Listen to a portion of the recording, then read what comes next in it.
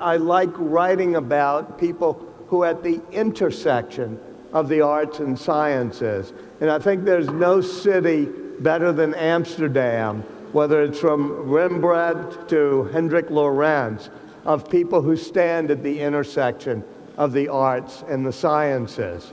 I had always written about people at that intersection, including Ben Franklin, but I hadn't really thought about it until Steve Jobs called and said, "Why don't you do my biography next?" And I thought, okay, Ben Franklin, Albert Einstein, you. But then I realized he had just been diagnosed with cancer, that he would be a chance to look at that intersection of the arts and sciences. And I asked him, why did you want me to do it? And he said, that's always been your theme. And so with Steve Jobs, I tried to show how a love of the humanities intersects with a love of technology. Whenever he launched a product, he always had the street signs of the arts and the sciences. And he said, stand at that intersection. It's where creativity occurs. So after doing Jobs, I thought, what is the next great revolution after the digital revolution? And I did Jennifer Doudna, who was not all that famous at the time. Fortunately, she wins a Nobel Prize by the end of the book. But she's the one who co-invents, with a couple of other women colleagues, CRISPR, the gene editing technology that will allow us to cure diseases by editing our genes, and also, more problematically, to design our children and decide what genetic traits they should have. And after those two, I was wondering, what are the great revolutions that might affect the future? I cared, of course, a lot about sustainable energy, and also I've always been interested in space and the adventures.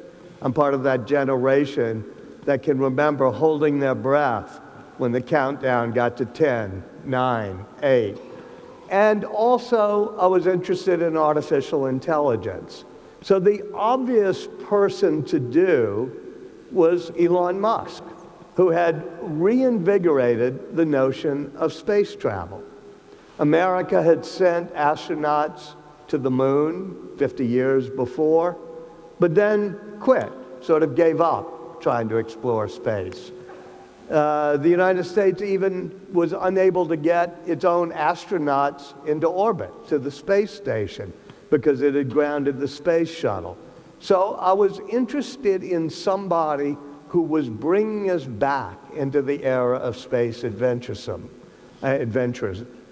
Likewise, he was a person single-handedly who most brought us into the era of electric vehicles.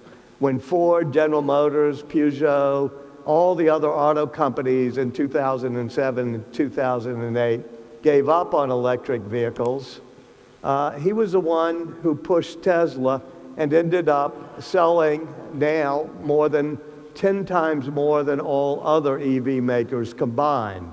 And I thought, okay, that's pretty interesting too. And he was also interested in artificial intelligence.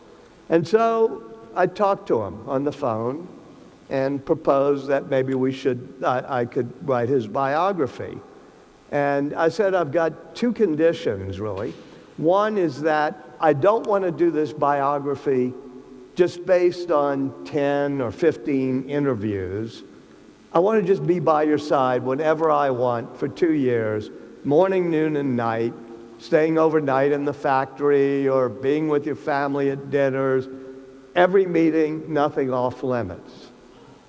And he kind of surprised me because he's very non-emotional, to put it mildly, in the sense of not interacting that well. He just went, okay. So, wow. And I said, well, here's the other condition. You don't get to read it in advance. You have no control over the book. I'm not going to even send it to you before it's published.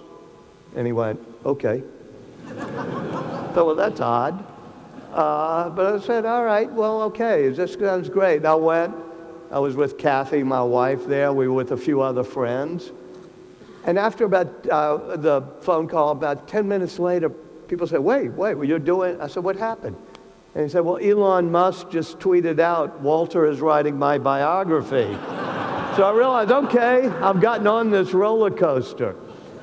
And it was quite good, I thought. Elon Musk had just become Times Person of the Year, Financial Times Person of the Year, richest person on earth, sent up rockets that were able to land upright and be reused, which nobody else, not any country or any company, has been able to do. He had become the richest person. I thought, wow, he's reached the pinnacle of his success. He will savor this moment. What I didn't know is that he's not somebody who savors moments. He says he's addicted to video games, and whenever he gets to a level of the game, he has to keep pushing himself, put all his chips back in, and move to the next level of the game. And so while I was wandering around with him, at one point, he says, well, I just can't be satisfied. I said, well, what are you doing? He says, I'm buying Twitter shares. I thought, okay, this is a bad idea, because he's somebody who's very good with engineering, very good with material science, and having a fingertip feel, a Fingerspitzengefühl for how engineering works. But, as he says himself, he's on the autism spectrum. He is very bad at the input-output of human emotions. He doesn't read the room well, so to speak. And I said, well, why are you doing that? He said, well, it's an engineering problem. The product's not very good, and there's a technology company, and it's a challenge. And I was thinking, it's not a technology company. It's an advertising medium that tries to gather people in a friendly space, and this is not going to be a pretty sight. Indeed, it wasn't. And so while he's buying the shares, he's once again addicted to his video games, and he goes up to Vancouver with his girlfriend Grimes and their son X to introduce X to Grimes' parents. But Elon stays up all night because Elden Ring, the great video game, has just come out, and he pushes himself through every single layer of that game. And finally he conquers it at 5:30 in the morning. And at 5:35, he sends out a posting saying, I made an offer. And that's when he decides to buy Twitter. That, of course, made the book more complicated, because already he was a controversial, and is a controversial person, somebody very mercurial, not only hardwired to not do well with human emotions, but had a brutal childhood, a childhood in which he had no friends. He was beaten up on the schoolyard all the time. And at one point gets beaten up so badly that his brother Kimball said you couldn't recognize his face. And he's in the hospital for almost a week. But when he goes home, the scars of the psychology of his father are even worse. His father makes him stand there in front of him for 2 hours, berating Elon for being useless, for being a loser, somebody who'll never amount to anything, and taking the side of the kid who beat Elon up. And so the demons of childhood are dancing around in his head. All of us probably have some demons from childhood, but the real question is whether you can harness those demons and make them into drives, or whether those demons harness you. His mother, Mae Musk, who divorced the father pretty early on, said, when I started this project, he said, here's what you have to know. The danger for Elon is that he becomes his father. And his father is a Jekyll and Hyde character, somebody who goes through amazing mood swings, from being a charismatic, fun engineer to being a Mr. Hyde, who's just dark and psychologically abusive. And you see that in Musk, that mood swings between the light and the dark. And indeed, it's sort of one of the oldest themes in biography. The epic young, aspiring superhero fighting the dark side of the Force and kind of realizing that Darth Vader is his father. And so it is with Elon, whether it's the great engineering skills he's been able to do or the tweets that he sends out that are conspiratorial like his father, sometimes feel verging on sending out tweets that maybe seem racist or anti-Semitic, even though I don't think he's that way. He just gets embroiled in this dark side. And you almost want, at the end of the book, I talk about how all of his friends say, I wish we could have an impulse control button on him. I wish there was a way to say, all of the wonderful engineering you're doing is great, but there's a control button that stops you from tweeting out these things. Or there's a way to put guardrails around him or keep him bound. But the real question in biography is, can you take out the dark strands of a personality and still have the fabric be whole? In some ways, would a Musk who's harnessed, a Musk with an impulse control button, be as effective as a Musk unbound? Would he be the only one trying to send rockets to Mars or bring us to the era of EVs? And so that is the complexity of all biography, but an order of magnitude greater when it's a biography of Elon Musk, which is, as Shakespeare puts it at the end of Measure for Measure, even the best are molded out of faults. And so this book, if you hate Elon Musk, you'll have a lot of fodder in this book to say, oh my God, I can't believe he did that. If you're one of the huge fans, as so many people are, you'll say, oh, this is amazing, you can't do that. But I hope most people will come out of this book saying, he's complex, humans are complex, the idea of being disruptive is complex, and if we're going to understand how innovation happens, how creativity happens, whether it's a Van Gogh or a Rembrandt or even the great scientists here, there's always those complexities of the dark demons working aside the angels in making somebody both complex and also amazingly innovative and creative. So with that, I'm going to ask Ilko to come up, and also we'll take your questions. But thank you all very much.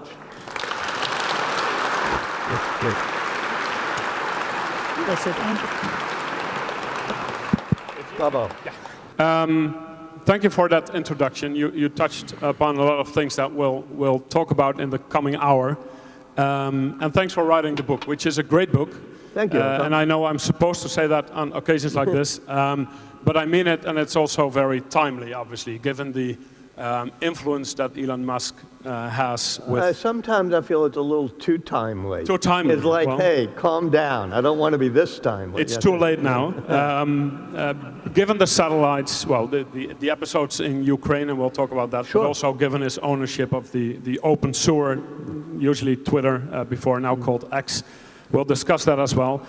As Tracy said, you have written biographies of many great men, all men. Well, Jennifer Doudna, definitely not That's a right. man. That's not a man. And Ada Lovelace. Most of them men, Benjamin Franklin, Leonardo da Vinci, etc.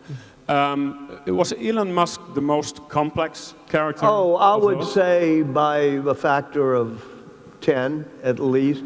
Although Steve Jobs was a rather complex person, had some of the same complexities, which is a great vision for humanity, but also a difficulty in dealing with humans on a one-on-one or small group basis. Also somebody who had such a strong sense of mission that they would run roughshod over people. I mean, they would be tough. And I know that most of us try to have empathy and try to have the people around us like us.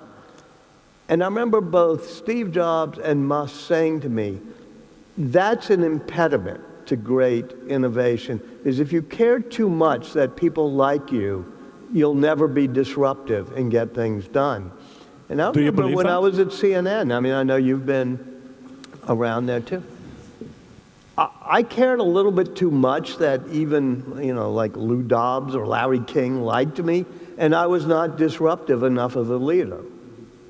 So that is a prerequisite. I don't know if it's a prerequisite. When you write biographies, they're not how-to books, which, the 10 lessons for being an innovator, because people are different, and that's why biographies are fun. Benjamin Franklin was accused by your patron saint here, John Adams, who was at one point a critic of, they were both in Paris together, they didn't get along, which is why John Adams had to come to Amsterdam, because the French called him persona non grata, and he came here as an ambassador. But he said of Franklin that he was insinuating, which he meant as an insult, but it was that Franklin cared too much about pleasing everybody, having everybody like him. So Franklin is definitely not in that category. Every great leadership team needs really smart people. Like take the founders, you have Jefferson, Adams, and others, and passionate people like John Adams' cousin Samuel, and people of high rectitude like Washington. But you need somebody who can be a glue and bring people together. That was Franklin's strength.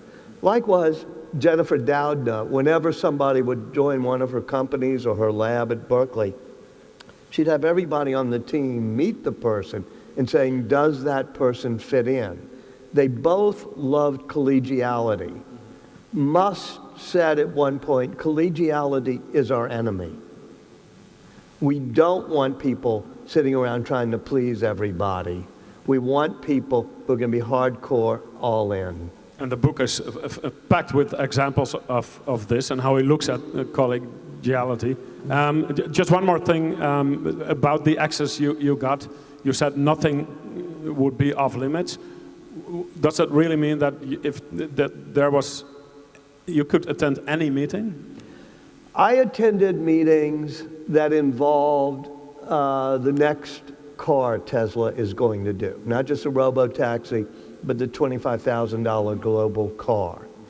And I'm sitting in that meeting, and I can see other people there saying, boy, this is real insider information, trade secret.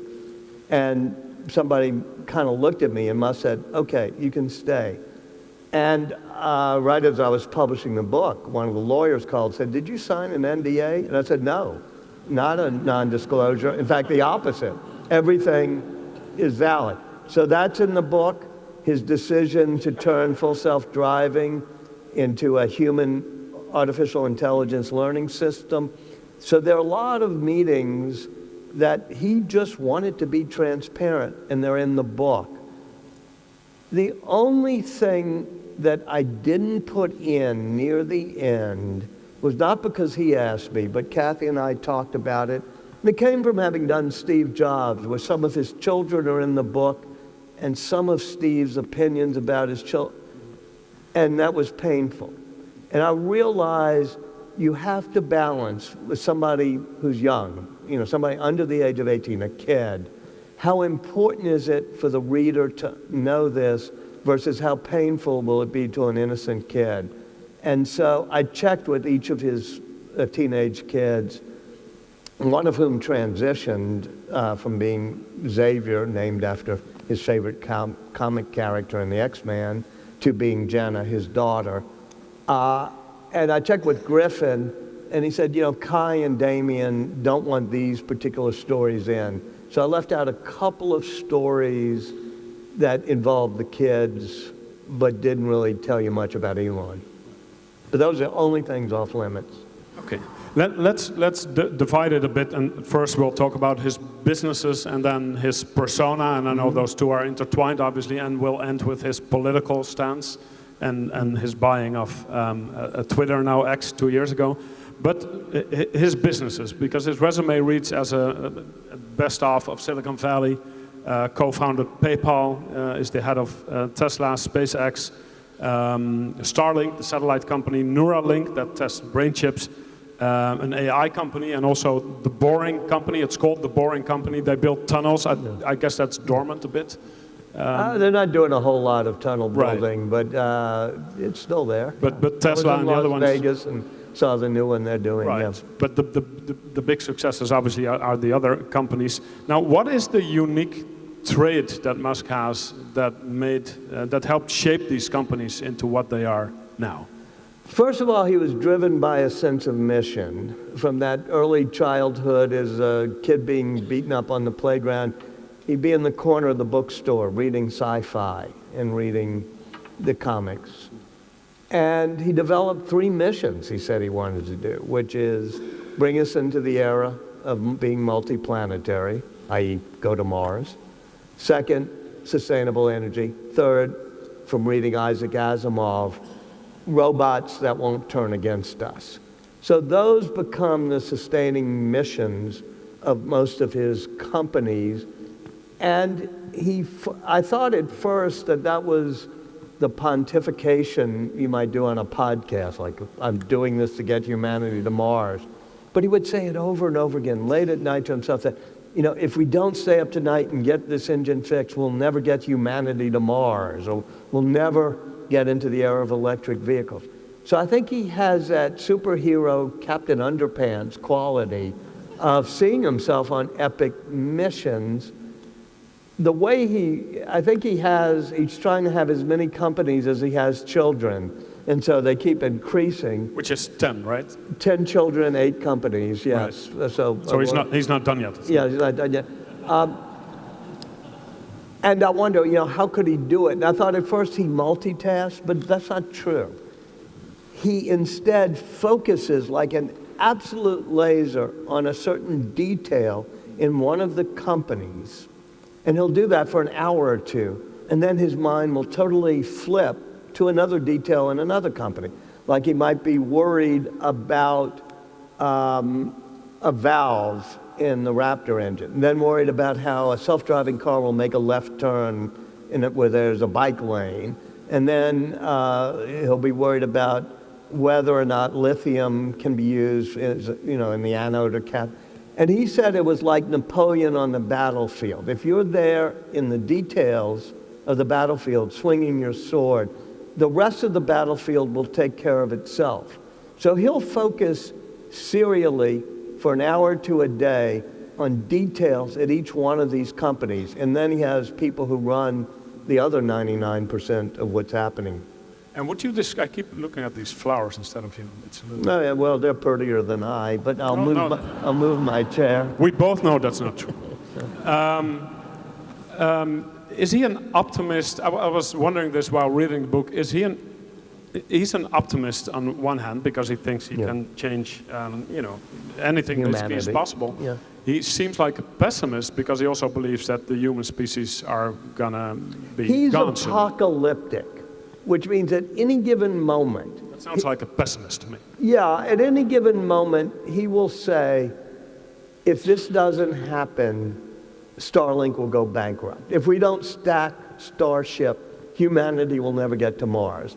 And you said you're going to get to Ukraine, but at a certain point, when he's deciding to keep Ukraine from using Starlink to attack, a sneak attack on Crimea, he has a geofence, so he has to decide whether to enable it or not. Ukraine uses the Starlink whether satellites. Ukraine can use it to do a sneak attack. He's talking to me about this could cause World War III. It would cause tactical nuclear weapons to be used. It could be a threat to all of humanity. And I'm thinking either he's crazy apocalyptic or he's right, but on any moment, everything, the future of humanity hinges upon it. And how does he look at risks? He's obviously not risk averse. Is it adrenaline for him? It's the opposite. Coming out of that childhood, he said, I learned not only to tolerate risk, but to love it, to make the adrenaline flow. And there's a picture in the book I love, which Tallulah Riley, his second wife, gave me, of a birthday party she threw. And you'll see it in the book. He's up there against a target, and he's got a pink balloon right here between his legs.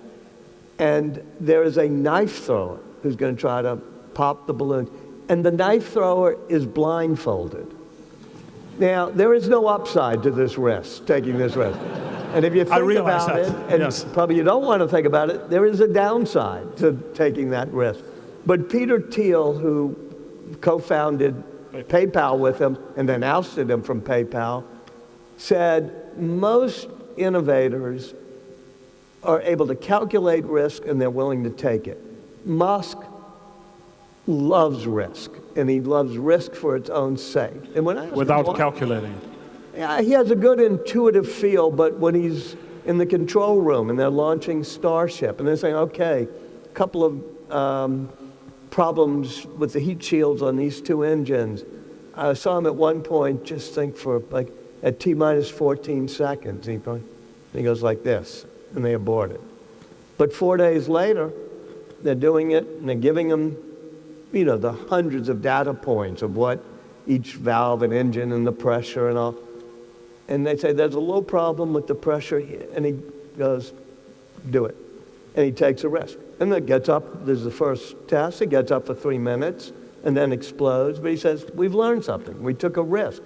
The first 3 rockets he launches in 2007 all crashed. He said that the U.S. used to be a nation of risk takers. Whether you came here on the Mayflower or you came across the Rio Grande, you came fleeing oppression, there were people in your family who took risks. But both in Western Europe, he says, and in the United States, we've become a society with more regulators than risk takers. And if we're going to innovate, people have to be willing to fail 20% of the time. You were there mainly to observe, obviously, but that somehow, did he have a point?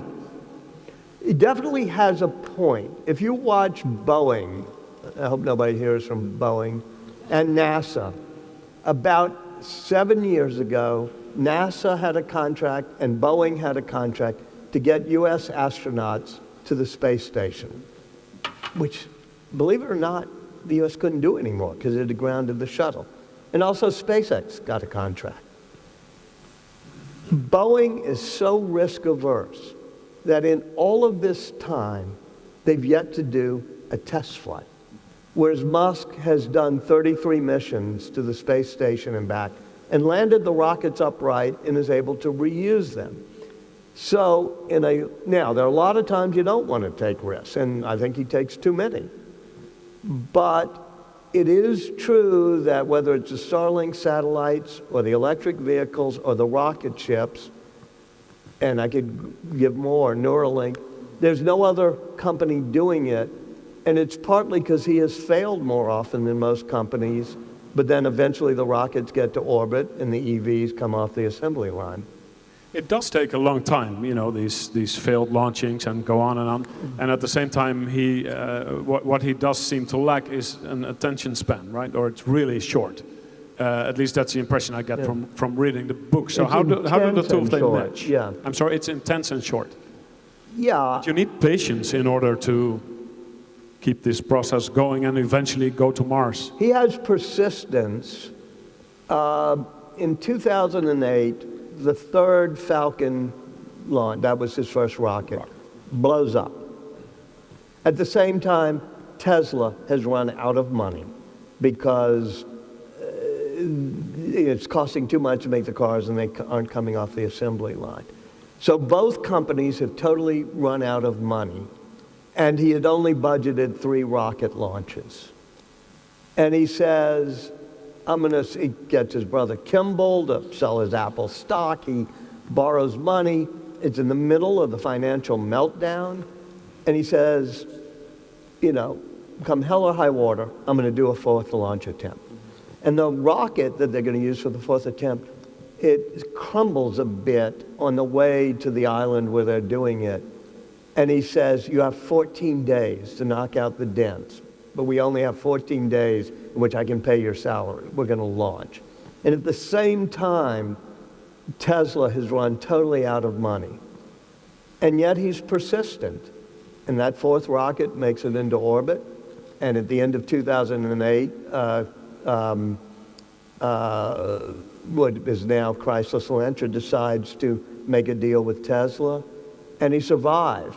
So he's willing, even if he's intense in his attention span, he's willing to be persistent on self-driving. I mean, it's been, for 8 years now, he said, we'll have it next year. And it's almost like Elon Musk time. It's a reality distortion field.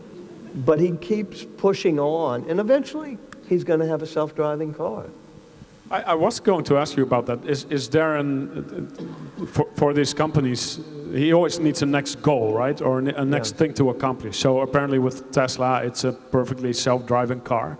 Does he have something like that on the horizon for each one of his companies? Because what he doesn't want to become is bored, because then he'll move on. Right.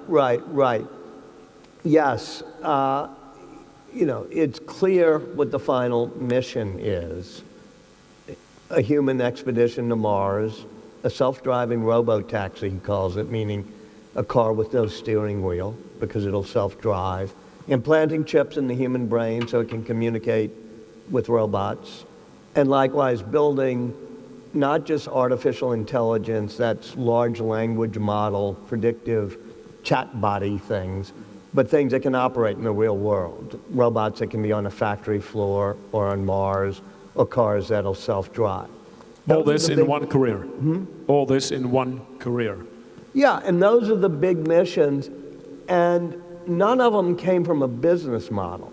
If you're going to try to be the richest person on earth, you don't start a rocket company. I mean, and by the way, you don't start a car company. Almost every single car company at some point has gone bankrupt. You certainly don't start an electric vehicle company. But once he has the goal in mind, he figures out how to backfill a business model. I'll give you two quick examples. He wants to get humanity to Mars. He's been able to launch rockets that can re-land and be reused. And he says, well, how can I make money? And he realizes he can put up satellites in low Earth orbit and recreate the internet in outer space, which is what Starlink now is. And that's a $1 trillion a year industry. And so he will have, if he gets 1/10 of that, 10 times the budget of NASA. And that's why SpaceX is now so valuable. Likewise with Neuralink, it's like we are going to have brain chips that'll communicate with our computers and robots. But this month he's doing the first human trials in order to cure paralysis and ALS. And he says that's the business model to get me from here to there. So each one of these I could say, here's the goal, and then here's the backfilled business model. You've spoken to many of former employees, etc., and many of them he fell out with because he falls out with the people he works with all the time. But is there a common denominator of what they said about, what they praised him for, or a trait that even if they hated his guts, they agreed on? There was something about Steve Jobs where I talked to everybody who left, and they all said he drove me crazy, he drove me to distraction, but then they said, and he drove me to do things I never thought I could do. And about 20% of the people who work for Musk make it through the gauntlet. Some, once they do, are like Gwen Shotwell, who runs SpaceX and has been there for more than 20 years. But if they buy into the mission, they're going to be hardcore, then they survive. I remember the day he went into Twitter, the day before he bought it, but he went to Twitter headquarters, and everybody at Twitter is saying, we're a nurturing culture. We have the artisanal coffee bar. Here's our yoga rooms.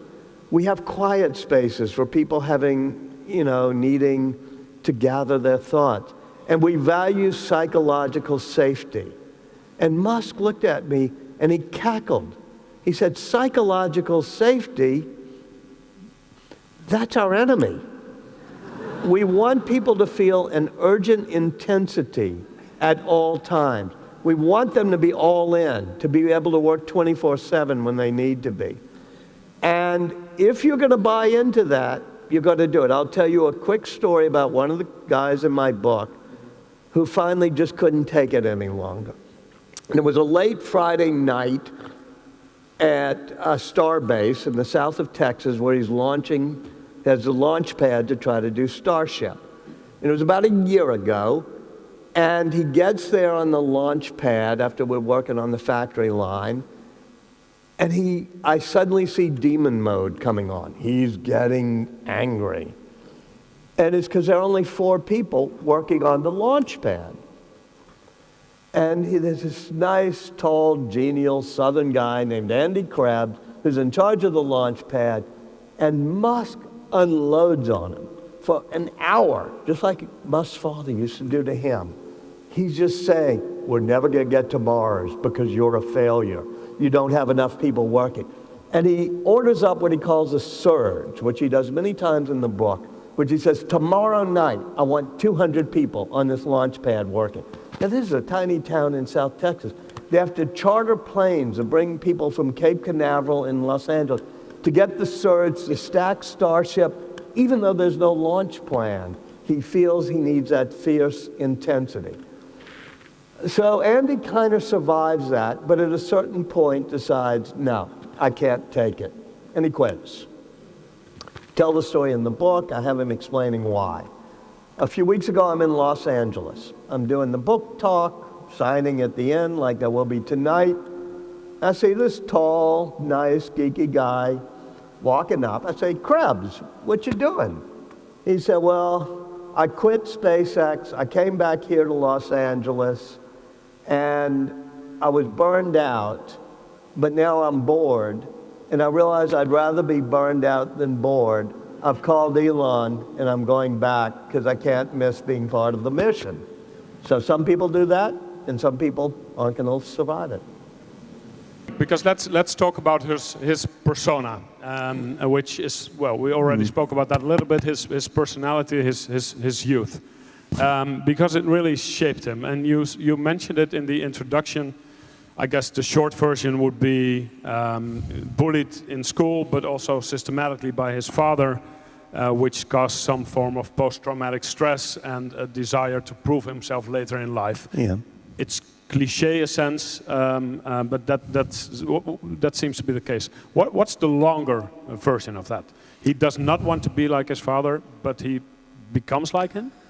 He is, unfortunately, often like his father.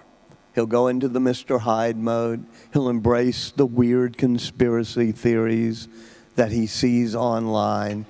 But also, like his father, he's a good engineer. And Grimes, his off-again, on-again girlfriend, says, when people ask, how can you like Elon, whatever, she says, most of the time, he's just a joy to be with. He's so brilliant. But there are many Elon Musks. And there's one that doesn't like me and I don't like it, and that's demon mode.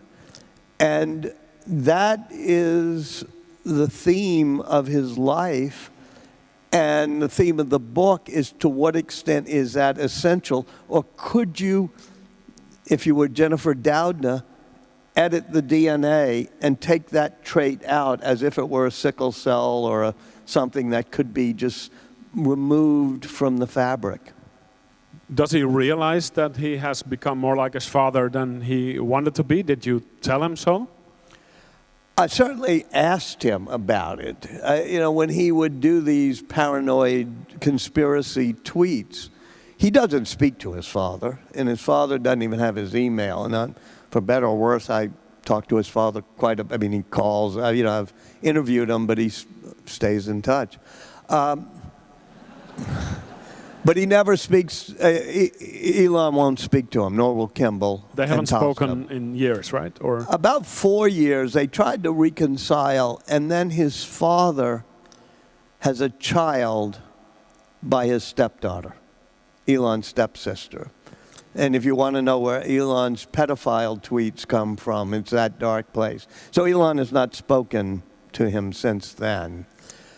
But Elon will do something like tweet about COVID vaccines, and I'll say, yes, your father sent me an email about that. Did you see it? And he'll give me that cold look, because if there's something he's not going to like about the book, is that the book does talk about the danger that Elon becomes his dad. So that means that he does realize it.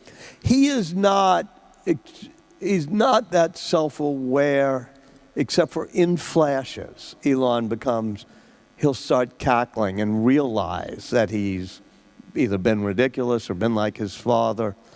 But it takes him a while. I would say that if I could give him some extra superpowers, one would be self-awareness. Did he once have self-awareness, or I mean, does he just block it out, or is it just a trait that he misses? He blocks it out, and when sometimes he goes into this cold mode, he will, like his father and like Mr. Hyde in the Stevenson novella, not even remember it fully.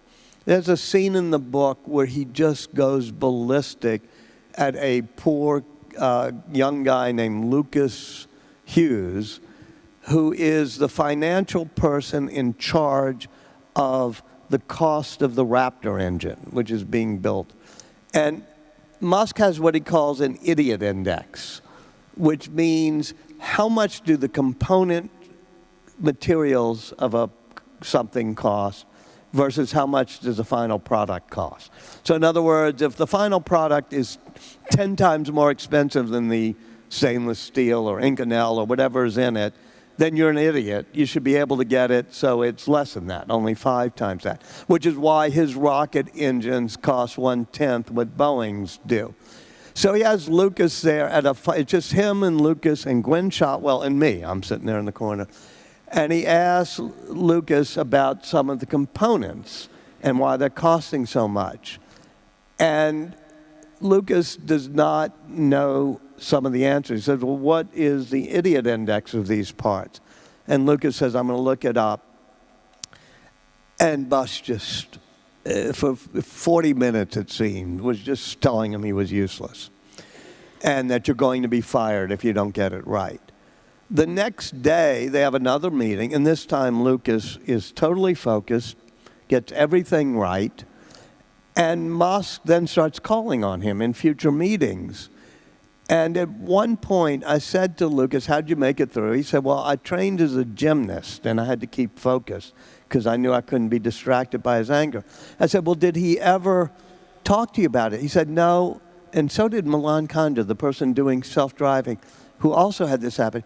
He said, a few months later, I talked to Elon and said, do you remember when you got, and both times they said Elon just had no memory of it, just blanked it out. He says that he, well, there's a kind of autism that he has. You mentioned that as well, and he says it's Asperger's. I don't know. Yeah, he calls it Asperger's. Yeah. Yeah. So is that related to his Asperger's, that attitude? Oh yeah. I mean, if you know anybody on the autism spectrum, or what sometimes commonly called Asperger's, if you know 100 people, there's 100 different ways it manifests itself. It's not one simple thing. But in Musk's case, it's manifest, first of all, by a bad input-output of emotional intelligence. He doesn't understand people. I see somebody nodding here. We all have people in our families like that.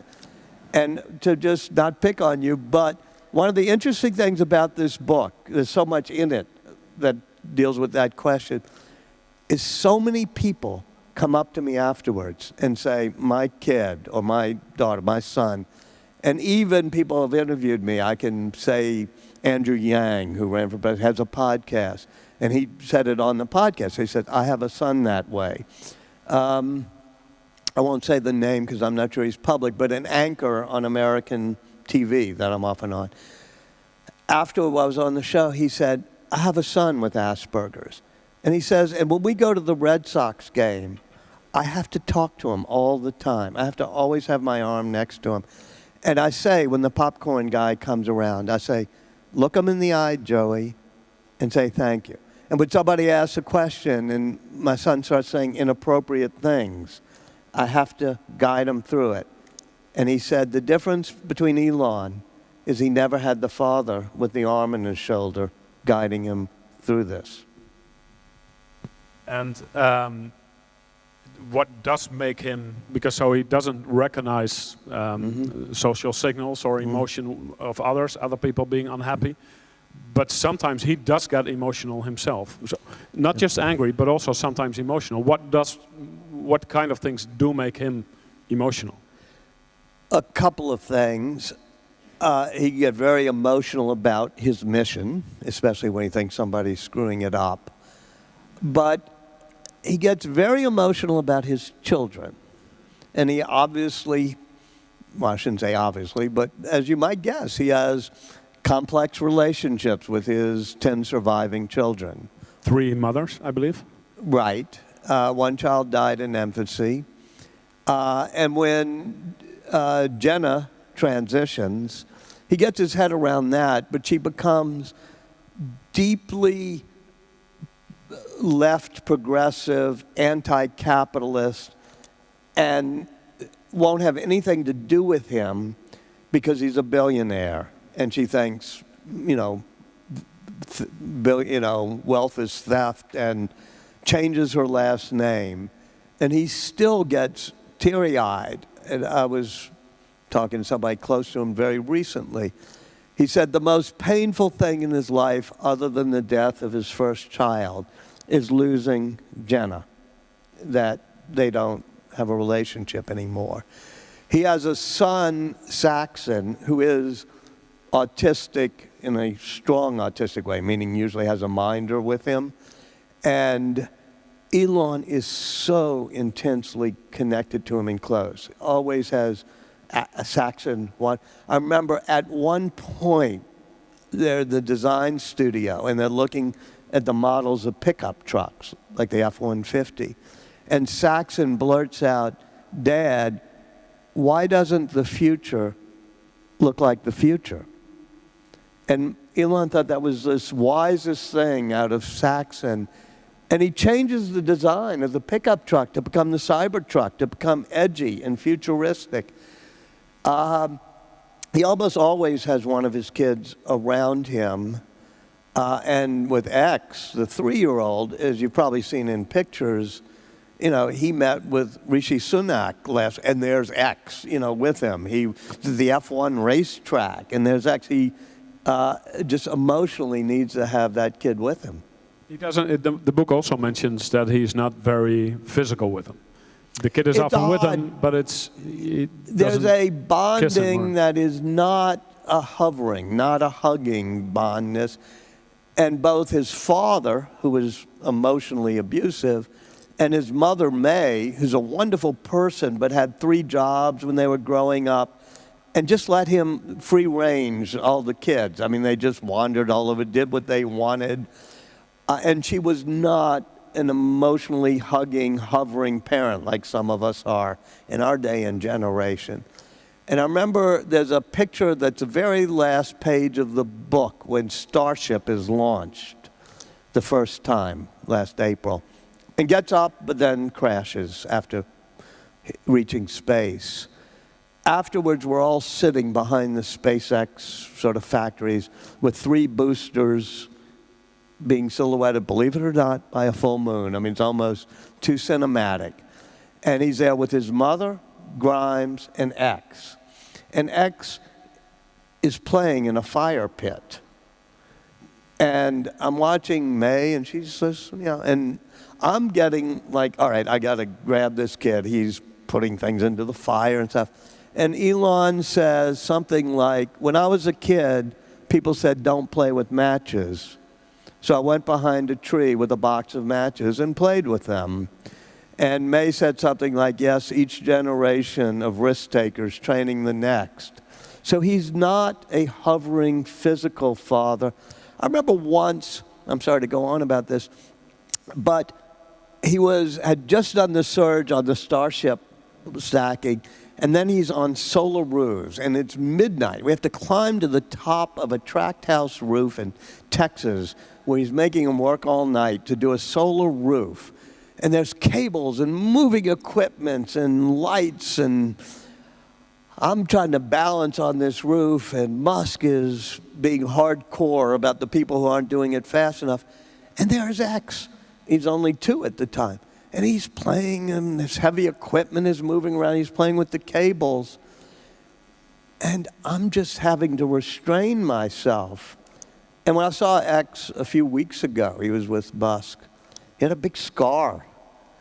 But you know what? He's fearless. Is there a reason besides, maybe he's just a romantic Musk, but there might also be another reason why he has not 3 or 4 or 5, but 10 children?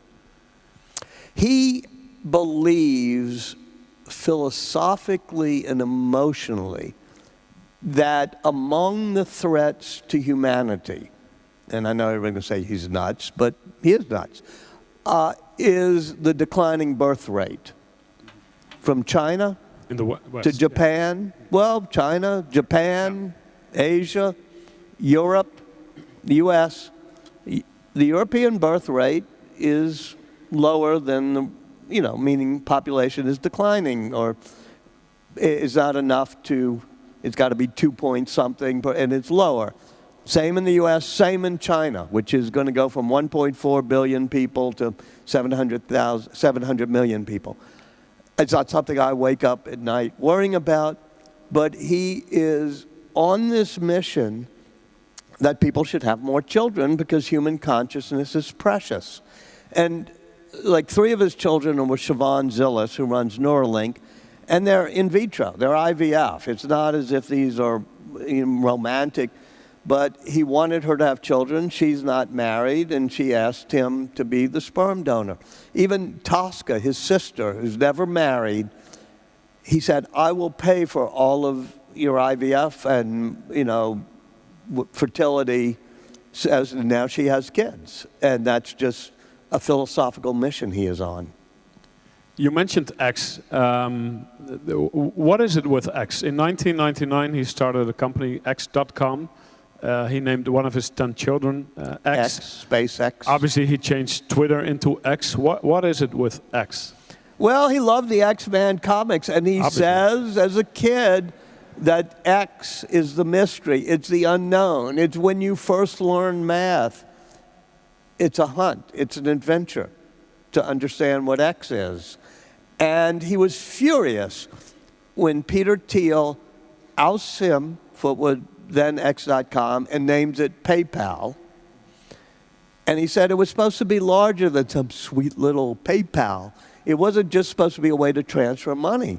It was going to be a social media outlet where you can exchange publication, you can ideas. It was a publishing platform, and it was going to be a payments platform. And they screwed it up by changing the name to PayPal and limiting what it does to being an email service for money. And he said one of the reasons he bought Twitter is it becomes the booster that will enable him to do what he wanted to do 20 years earlier with X.com.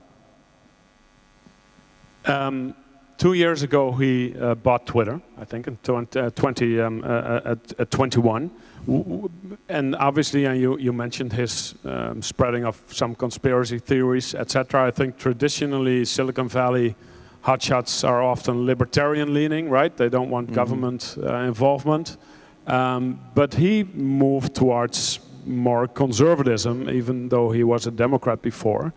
When did his political leanings start to change? About 3 years ago, he moved, not so much, I wouldn't call it conservatism in a traditional sense. It's, and you know it full well in Holland, for better or worse, it's the populist right that you see coming up around the world. I don't know if you'd call Hertz Willem a conservative. I mean, I would call him a populist. Huh? Who? If we call your new... Geert Wilders. Hertz Wilders, yeah. Yeah, I think he's not a traditional conservative. He's not a traditional conservative. Let's save that for later. Okay, I think Musk's move to the populist right, first of all, is erratic. There'll be times he's still, I'm a centrist, I want to have centrist Democrats, centrist Republicans. But there are times when he is in a darker conspiratorial mode where he embraces everybody from Bobby Kennedy Jr. to, Tucker Carlson, let's say, the populist right. Partly it was Jenna's transitioning to being an anti-capitalist, and he felt that she had been sort of inculcated with what he calls the woke mind virus. Yeah, if you ask me to explain what that is, I mean, you've learned in the past few weeks what people feel about this, what they call wokeness. His anti-wokeness campaign started there. Transgenders, critical race theory, that kind of stuff. And and secondly, he gets very dissed by some Democrats. Biden has a summit to encourage electric vehicles, and he invites the head of GM and Ford, but not Tesla. And he says, Mary Barra, to the head of GM, you're leading the way into making electric vehicles. So far that year, Musk had made 1 million electric vehicles. General Motors had made 26. Not 26,000, 26. And had shut down its plant. So he doesn't love that. And he understandably so. And that year he paid, because he had exercised some his stock options, which he had to, paid more tax than any person in history has paid to any entity in history. And Elizabeth Warren said he was a tax dodger and didn't pay taxes. So he's not exactly an easygoing dude. And all of these things built up, and he has, during his darker moments, embraced the conspiracy theories of the populist right. Why did he want to acquire Twitter? There are multiple reasons. One is, as I said a moment ago, to fulfill the original vision he had for X.com. Payment platform. Yeah, the platform that became PayPal. Another sort of Kathy turned me on to, but then about 6 people around him said, he was beaten up on the playground every day. And the playground was a difficult place for him. And then he got the chance to own the world's playground, where the geeky people can get followers rather than just beaten up. And become a bully himself. Yeah, and he becomes the king of the playground and punches people in the nose, the way he got punched in the nose on the playground. He also felt that Twitter had been too restrictive on free speech. Now, with John Adams and Ben Franklin, next time I come, we can do a whole night on the glories and perils of unfettered free speech. But in an inconsistent way, he had come to the belief that too much was being censored on Twitter. Like people who thought COVID was a lab leak, or that the lockdowns were onerous. They were being, and Donald Trump is taken off of Twitter. I don't have the answer to free speech. I've wrestled with this ever since I was a boy reporter at the Times-Picayune, about what you can say and what you can't say. He hasn't wrestled with the depths of the problem of free speech, but he was convinced that it had been restricted too much on Twitter. And I think most of all, though, he wants to create the everything app, the mixture of WeChat and, that's a financial services app, it's a subscription app, it's a publishing platform, it's a town forum. And then there was, in Louisiana, we have a word called lagniappe, which means a little something extra that gets thrown in at the end of a transaction. You buy a dozen, beignets, and he'll say, here's one for lagniappe. As he's closing the deal, OpenAI is coming out. He has a fixation on artificial intelligence. He had founded OpenAI with Sam Altman, and he had founded it to be open sourced and nonprofit. And then Sam, who you may have read about in the past week, makes it for profit, as we've noticed, and closed source. And so Musk says he has to start his own AI company. AI is not about engineering the algorithm. What makes AI work best or not is the data. That's the fuel that you feed it. And what is the best data feed of the hive mind of humanity in real time? It's the billion tweets per day being produced. And I remember being there just as he was closing the deal, and he said, cut off the API, which basically means other people can't suck up the data from our feed, because that's going to be our differentiator when we create our own AI. And that's what Grok does, his AI company. That does sound as if it... I always considered, and still do, I guess, after reading the book, Elon Musk an agent of chaos as well. Mm-hmm. But his acquirement of Twitter also sounds, the way you make it sound, it's more of a business decision, still. No, I don't think, like anything he's done, he said, I'm going to do this for, because it's a good financial idea. I think about 10 minutes after he does I've made an offer, he realizes he's overpaying for it. He's trying to wiggle out of the deal half the time. Half the time he's excited about the deal. He's mercurial, as we said, a mercurial man-child. I forgot I used that phrase. But I don't think he bought it to make money. And obviously it's worth at best half of the $44 billion he paid.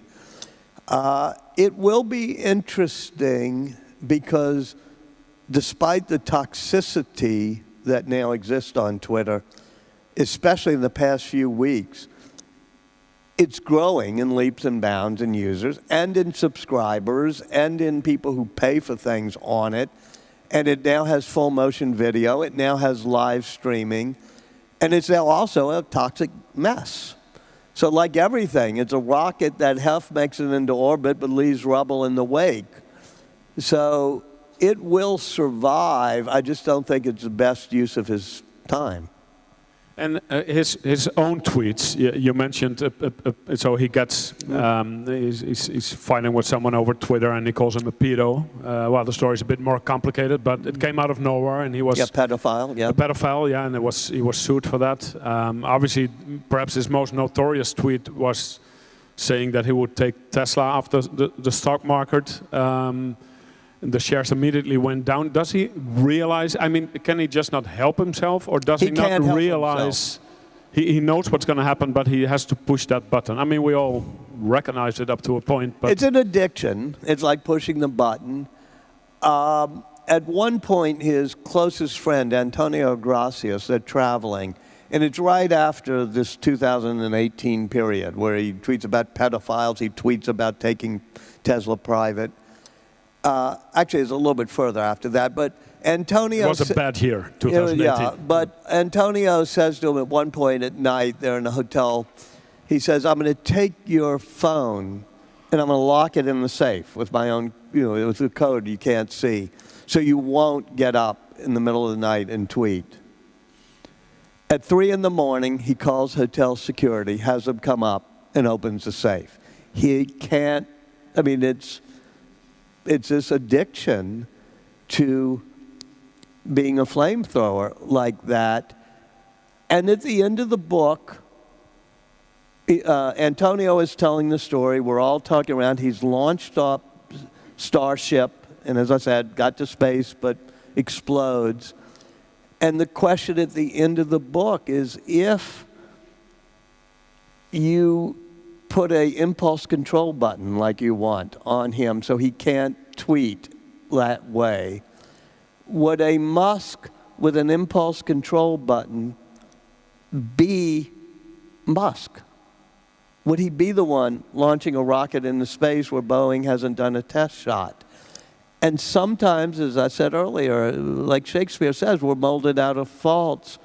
That lack of impulse control is maddening. It's cringeworthy, but it's also what makes him nod and say, shoot up the rocket, or do it one more time, the fourth time. And I just think that you can't pull that out of him and still get the person who does both amazing and appalling things in every couple of hours. Now, every couple of hours. Now, you received a lot of praise for the book, but also criticism. And one of the criticisms was that you basically let him get away, in my words, a bit too easily with the. I never know if is Jekyll the good guy or is Hyde the good guy. Anyway. Dr. Jekyll's the good guy. With the dark side, yeah. And that what you're just saying, you know, he maybe he needs that button that you let him get away with it a bit too easily. What is your response to that? You know, I try to be a reporter. I got the unique experience to be very close watching him for this period of time, and I come out of Louisiana. And I had this mentor once who was a novelist, and I said, what are you trying to teach in this? He said, there are two types of people come out of Louisiana, preachers and storytellers. He said, for heaven's sake, be a storyteller. The world's got too many preachers. And so I don't try to preach in this book. I try to give you the good, the bad, the ugly. There's a lot of appalling stories. You can read this book and think, oh, he didn't let them off easy. And you did read the book, and I think you'll see parts of it where, whoa, you know, he didn't sugarcoat that one. But I also believe in our day and age, in cable TV and on Twitter, everybody's got to have a hot take. Everybody's got to be either a hero or, call somebody a hero or a villain. They got to look at what's happening in the Middle East. They're all on one side or the other. The world ain't that way. It's not binary. As Shakespeare again teaches us, all our heroes, even Henry V kills all the prisoners. You know, they got a dark side. And Othello, well, you read enough of that play, it explains Othello. There are people who say, by explaining him, you're excusing him. I'm going, no, I'm not. I'm just telling the story. It does raise a question. I mean, the impact that Elon Musk has with, well, we mentioned the satellites, the fact that NASA would hardly exist without his rockets. Twitter. The U.S. cannot get intelligence satellites into high Earth orbit because neither NASA or Boeing can do it anymore. So this is why the government still has to play nice with Musk. Well, that and his ownership of Twitter, it does raise the question, and you're not answering that in the book, and perhaps there's a good reason not to do so. How you look at here's a non-elected person that has this oversized influence on the world, basically. I was waiting for that conclusion, perhaps at the end, but it didn't. Well, yeah, come. He has too much power, and no private citizen should be deciding whether Ukraine should be able to attack the Russian fleet, sorry how old I am, Russian fleet in Crimea. And you also have to ask, well, how did he accrue so much power? Well, because he kept shooting off rockets until he made them that they could land upright and be reused, which nobody else would be able. And same with electric, I mean, I won't go over all of it again.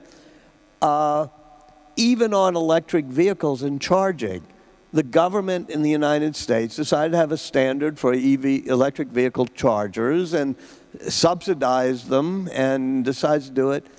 And now Ford and then General Motors and now Mercedes have all said they're not going to use that standard. They're going to use the Tesla superchargers because the Tesla superchargers work and the others don't. So now he's in control of the entire charging network for EVs. That's also more power than one individual should have. Part of the book is, well, how come other people can't make EV chargers, EVs, rockets? There is parts of the book, if you read it, about him having too much power, including, as we mentioned, the Ukraine-Crimea situation, where he even said, you have got too much power here. And he said, yeah, I don't know how I got into this war. I mean, I made Starlink so people could watch Netflix movies and chill, and they could play video games, and now I'm in the middle of a war. And he gives up power over the military use of Starlink. And he talks to General Mark Milley, who was then chair of our Joint Chiefs, and transfers power, or sells it, I mean, contracts out. So the U.S. government and the CIA now controls the use of Starlink over Ukraine. So he voluntarily knows he has too much power. He doesn't enjoy the power or the wealth? He certainly doesn't enjoy the wealth. I mean, he almost has a aversion to, he has this 2-bedroom home. He sold all of his houses. I'm not trying to make him seem like some Benedictine monk who's a saint, but he's allergic to vacations. He makes fun of Bezos for buying yachts and homes. So he doesn't enjoy enjoyment. I mean, he doesn't like It's a waste of time. He has this I've got to be sailing into the storm drama where, as all of his ex-wives and ex-girlfriends will tell you, he can't smell the flowers. He can't stop and enjoy things. He's got to keep pushing himself to the next level of the game. Is he a nice guy? No, not a lot of the time. He can be totally charming. I once again invoked Kathy. I said, okay, he met Elon for the first time. I said, watch out. He's going to be, Elon turns on the charm because, hey, he's a nice guy. I said, well, yeah, spend more time with him and you'll see other sides. So he can be a very nice guy. He can certainly be an inspirational guy. He can be particularly mesmerizing when he's on an engineering problem. And it's not like he's being nice, but you're awed by his ability to keep an intense focus on a particular engineering problem until he licks it.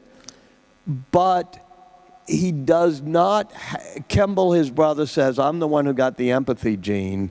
He got the Asperger's gene. He doesn't sit there worrying about emotional well-being of being nice to people around him. It was true of Jobs as well. I remember when I first started reporting on Jobs, and forgive me those of you who were here 5 years ago and may have heard it, but Wozniak, his co-founder, says to me at the beginning, why wasn't he nicer? Did he have to be so mean? Did he have to be such a jerk? We have a technical term in the U.S. that begins with an A that we don't use in Holland. It's in the book. It's in the book, yeah. And at the end, I asked Wozniak, and he says, I said, what's the answer? And he said, well, if I'd run Apple, I would have been nicer. I'd been nice to everybody. He said, but if I'd run Apple, maybe we wouldn't have been able to do the Macintosh or the iPhone. And Steve Jobs said to me something that Musk said almost verbatim, which is, it's wonderful to want to be nice to people. But if you're caring too much about being nice to the people around you, you're losing sight of the overall mission and the overall enterprise. And there may be thousands of people who are going to suffer because you're being nice to somebody who's a B player and needs to be fired. And that will end up hurting more people. So even Albert Einstein and Steve Jobs and Musk had a better feel for humanity than they did for humans, if you know what I mean. They were not particularly nice to the wives or people around them. Musk said to me that sometimes niceness is a vanity. You're not just caring about being nice to the person, you're also caring that they like you. And you're doing it because you want to be liked. And he said, that's a handicap if you're trying to make something work. As I said earlier to you, it's like when I ran CNN. I was handicapped by caring too much that everybody around me liked me, which probably didn't work in that, and it certainly didn't work in being able to disrupt CNN the way it should have been. Final question before we go to the audience questions. I came away reading the book, well, I guess with a few thoughts. First of all, on a personal level, he sounds like more of an asshole, and I can use the word because it is in the book, than I thought he was. From the business side, as a visionary, he seems more brilliant than I thought he was. I also felt Let me just interject to say that I'm glad you came away with those thoughts, because it's not as if I was trying to give him a pass. Meaning, you can come away from this book and saying, boy, he didn't give him a pass. But you could also come away with the book saying, gee, he's more of an engineering genius than I thought. Well, it's both, but then it's also pity in a sense. Either his youth or the fact that he's such a child man, you know. I guess he designed the Tesla. If you say, open the butthole, the charging point opens at a Tesla. I mean, that's something a 7-year-old would come up with. Yeah. So I felt a sense of pity as well. Is that something, spending 2 years with him, that you had as well? I must say, I went through I cycled through maybe 100 emotions. What prevailed? And pity didn't make the top 100. I do not believe that. Really? Oh, there were times I found what he did cringeworthy and sometimes amazing and wonderful. Okay. I guess I felt a little sorry for him that he didn't enjoy things. He didn't enjoy success. But no, he's so much more of a fascinating character. It would be almost condescending for me to think, pity. Yeah. So what was the top? What was the top emotion that came out of that? You say I had about 100 emotions. What was the most? Was it surprise or was it? I was mesmerized by the intensity that he had, as you know, in second grade, where they're thinking he's hard of hearing because he just keeps zoning out. That all in intensity I had never seen, even in Steve Jobs, in any other human. It's not the most lovable trait in the world, watching somebody be hardcore, all-in, intense. But it involves risk-taking. It involves having a sense of mission and just being intense about that. And there's too little of that in the world today.